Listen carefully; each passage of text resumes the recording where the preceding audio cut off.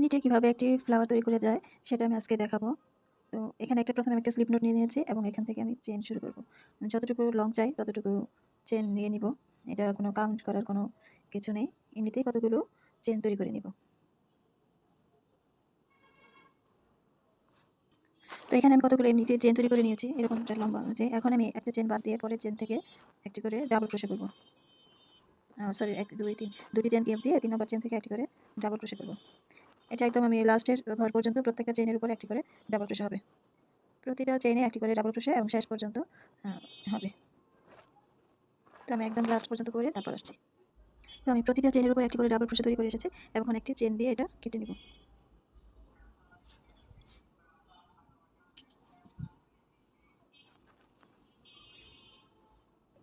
তো এখানে একটি সাদা সুতা নিয়েছে, এবার সাদা সামারিয়ান। তো এখানে কি বলে স্লিপ নট তৈরি করে নিয়েছে, নিয়ে এই যে এখান থেকে কাজ শুরু করব। এখানে প্রতিটা চেইনের উপরে কাজ হবে।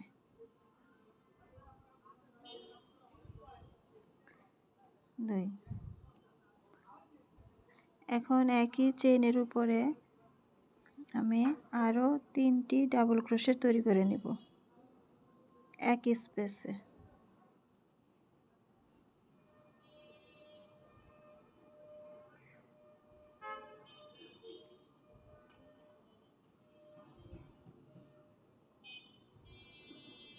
আরও দুটি, আরও একটি করে এখন আমি এটাকে একটু বের করে নিলাম। সুতাটা বের করে নিয়ে এখন এই যে এখান থেকে সুতাটা ঢুকিয়ে এই যেভাবে করে দেব, দিয়ে একটা চেন দিয়ে দিলাম। এখন তারপরের চেনে কাজ হবে। একটা ডাবল ক্রোশে নিয়ে নিলাম, নিয়ে এখন আরও 3টি ডাবল ক্রোশে এখানে তৈরি করতে হবে একই স্পেসে।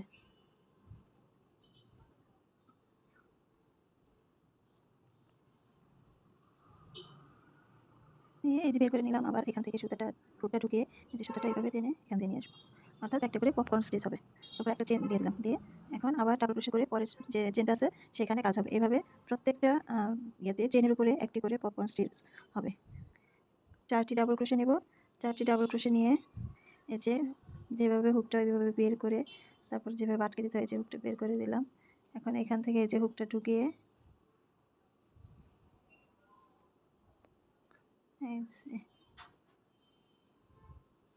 এবং একটা চেন দিয়ে এভাবে সিকিউর করে দিলাম। এইভাবে প্রত্যেকটা চেনের উপরে একটি করে পপকর্ন স্টিচ হবে। সবগুলো পপকর্ন স্টিচ এইভাবে তৈরি করার পর এটা দেখতে এরকম হয়েছে। এখন এটা ভালোভাবে পেঁচিয়ে এইভাবে ভিতর থেকে সুতিয়ে সাইডে মিলিয়ে